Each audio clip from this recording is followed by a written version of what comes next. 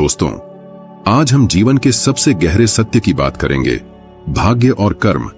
जीवन में कई बार हम यह सोचते हैं कि हमारा भाग्य हमारे हाथ में नहीं है और इसलिए हमें केवल परिस्थितियों का शिकार बनकर रह जाते हैं। लेकिन क्या यह सच है? भाग्य का निर्माण विधाता करता है, लेकिन इसे संवारने का अधिकार हमारे पास है। हमारे कर्म ही हमें वह शक्ति देते हैं कि हम अपने जीवन में उजाला ला सकें, किंतु अक्सर हम अपने अहंकार और अज्ञानता के कारण यह भूल जाते हैं कि जो लिखा है उसे मिटाना हमारे हाथ में नहीं। दोस्तों, मनुष्य होने का सबसे बड़ा गुण है स्वीकार्यता। जब हम अपनी गलतियों को स्वीकार करते हैं तो न केवल हम खुद को बदलते हैं, बल्कि दूसरों के लिए प्रेरणा भी बनते हैं। आज की कहानी में आप देखेंगे कि कैसे एक व्यक्ति ने अपने अहंकार और स्वार्थ के चलते जीवन के नियमों को बदलने की कोशिश की, लेकिन जब उसे अपनी गलती का एहसास हुआ तो उसने साहस के साथ उसे स्वीकार किया और जीवन को सही दिशा दी। तो आइए कहानी की शुरुआत करते हैं। बहुत समय पहले की बात है। एक नगर से दूर एक महात्मा का आश्रम था। वह सभी शास्त्रों और वेदों का ज्ञान रखते थे। उसके चर्चे बहुत दूर दूर तक फैले हुए थे। उसके पास दूर दूर से लोग अपना भाग्य दिखाने के लिए आते थे। वह महात्मा बहुत ही ज्ञानी थे। जिन लोगों का भी भाग्य देखकर उन्हें बताते थे, वह बात सच साबित होती थी। दूर से ही उनका भाग्य पढ़कर यह बता देते थे कि उनके भाग्य में क्या लिखा हुआ है। भूतकाल, भविष्य और वर्तमान तीनों कालों का ज्ञान रखते थे। उसी नगर में एक पंडित और उसकी पत्नी रहते थे। उसकी पत्नी धर्म और आस्था में बहुत विश्वास रखती थी। उनके कोई संतान नहीं थी। गांव के लोगों से सुना था कि गांव में एक महात्मा है जो किसी का भी भाग्य बता देते हैं कि उसके भाग्य में क्या लिखा है।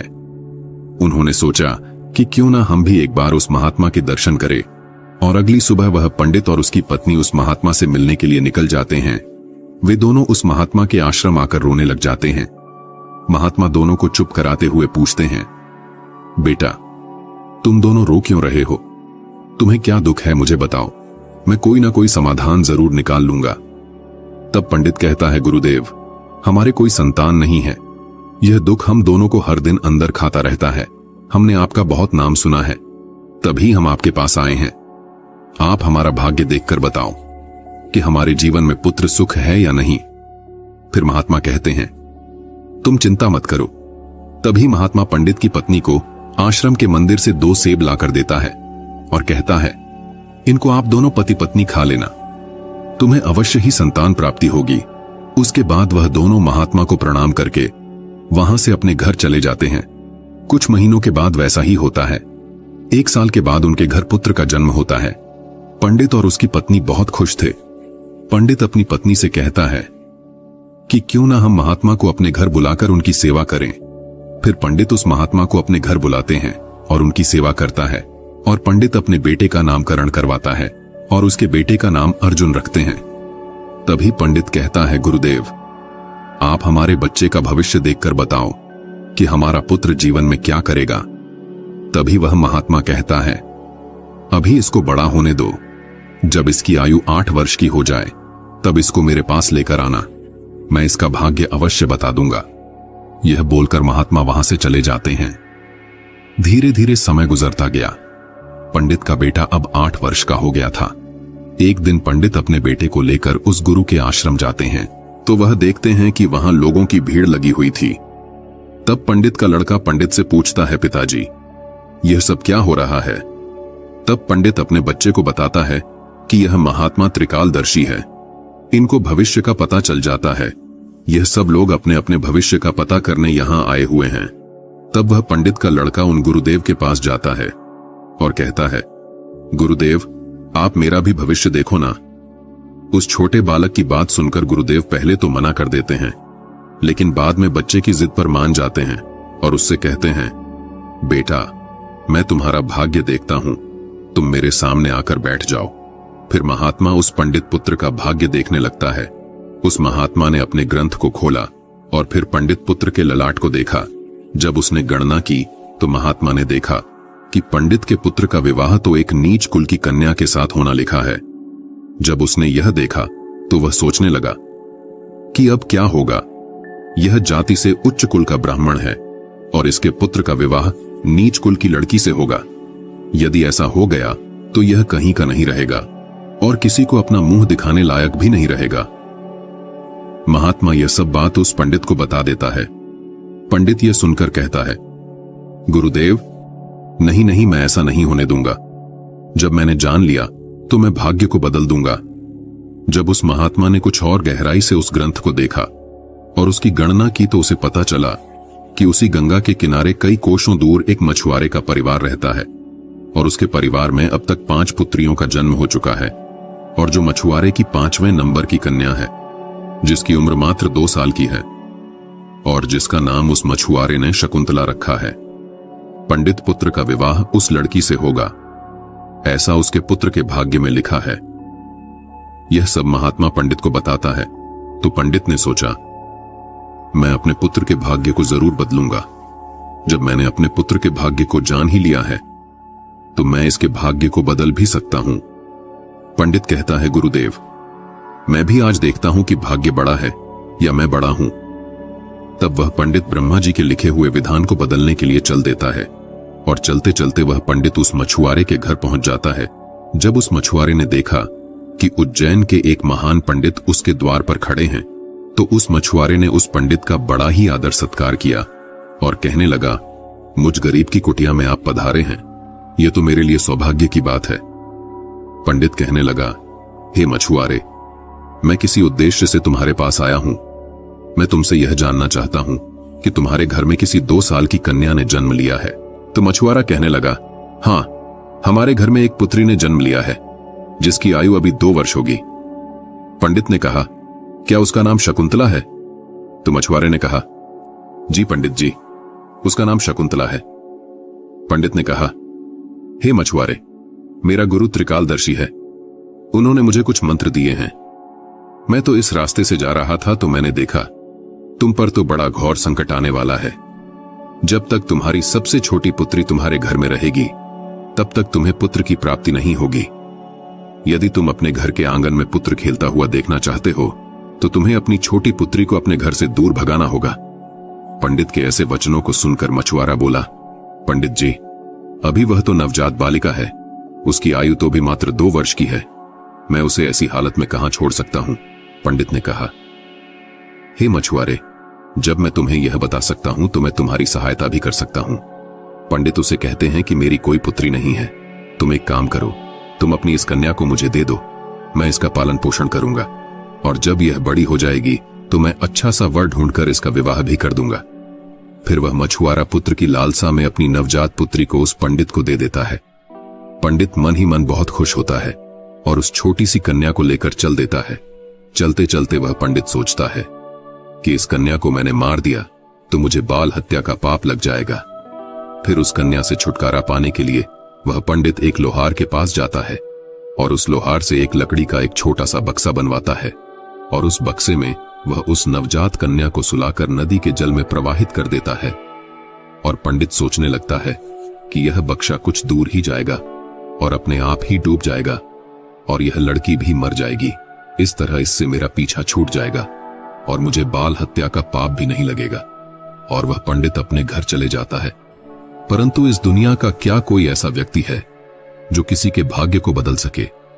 क्योंकि उस लड़की के भाग्य में जीवन लिखा हुआ था, जिस कारण से वह बक्सा उस नदी के जल में नहीं डूबता है और नदी उसे बहाते हुए एक गांव के पास किनारे पर ले जाती है। उधर उस गांव का पंडित सुबह सुबह स्नान करने के लिए आता है तो उस पंडित की नजर उस बक्से पर पड़ती है। जब वह पंडित उस बक्से को खोलता है तो वह देखता है कि बक्से के अंदर बहुत ही सुंदर कन्या लेटी हुई अपने पैर के अंगूठे को चूस रही है। वह पंडित संतानहीन था और गंगा जी से रोज संतान प्राप्ति की प्रार्थना करता था। उस बच्ची को देखकर वह पंडित सोचने लगा कि गंगा जी ने मेरे लिए इस पुत्री को मेरी संतान बनने के लिए ही भेजा है और मेरी प्रार्थना गंगा जी ने स्वीकार कर ली है। और इस तरह वह पंडित उस कन्या को लेकर अपने घर के लिए चल देता है। जब पंडित अपने घर पहुंचा और उस पुत्री को अपनी पत्नी को दिखाया तो उसकी पत्नी कहने लगी, आप यह किसकी पुत्री ले आए? यह बड़ी ही सुंदर है। तो पंडित जी कहने लगे, गंगा जी ने हमारी प्रार्थना स्वीकार कर ली और इस कन्या को हमारी संतान के रूप में हमारी झोली में डाल दी है। आज से हमारी यह इकलौती पुत्री है, इसका हम बड़े अच्छे से पालन पोषण करेंगे और इसे अच्छे संस्कार देंगे। इसे किसी चीज की कोई कमी नहीं होने देंगे। वह पंडित और उसकी पत्नी उस कन्या का पालन पोषण करने लगे। समय गुजरा और समय के साथ साथ वह कन्या भी बड़ी हुई। जैसे जैसे वह लड़की बड़ी होती गई, वैसे वैसे उसकी सुंदरता में चार चांद लगते गए। वह इतनी सुंदर थी जैसे कोई इंद्र की अप्सरा हो। फिर जब लड़की थोड़ी और बड़ी हुई तो एक दिन पंडिताई ने अपने पति से कहा, सुनते हो, हमारी बिटिया अब बड़ी हो गई है और इसकी विवाह की भी उम्र हो गई है। आप कहीं जाकर वर ढूंढकर हमारी बिटिया की शादी कर दो। पत्नी की यह बात सुनकर वह पंडित अपनी इकलौती पुत्री के लिए वर देखने के लिए चल देता है।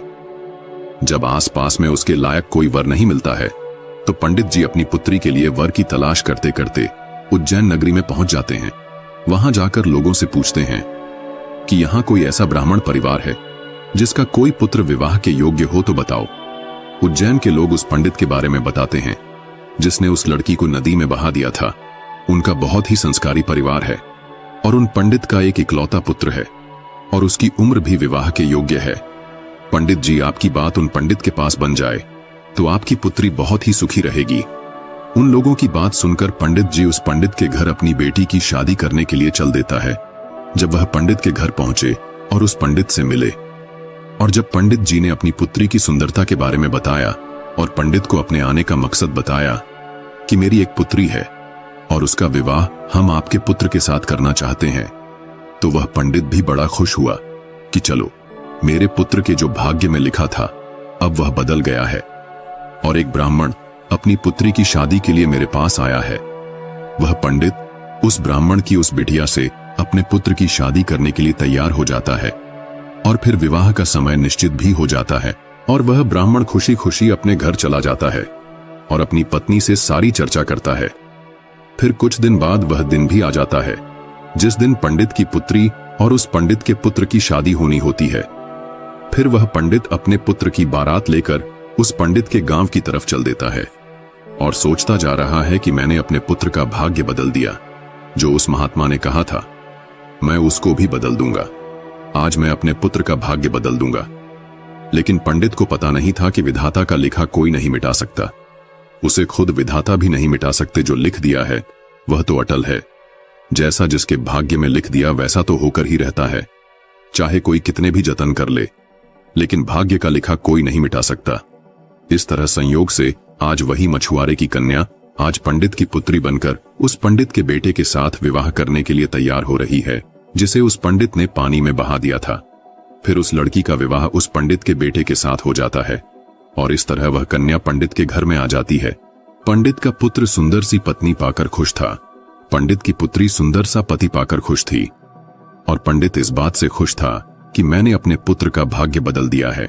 फिर एक दिन किसी कार्य से उस पंडित के पुत्र को उज्जैन से कुछ दिनों के लिए बाहर जाना पड़ता है।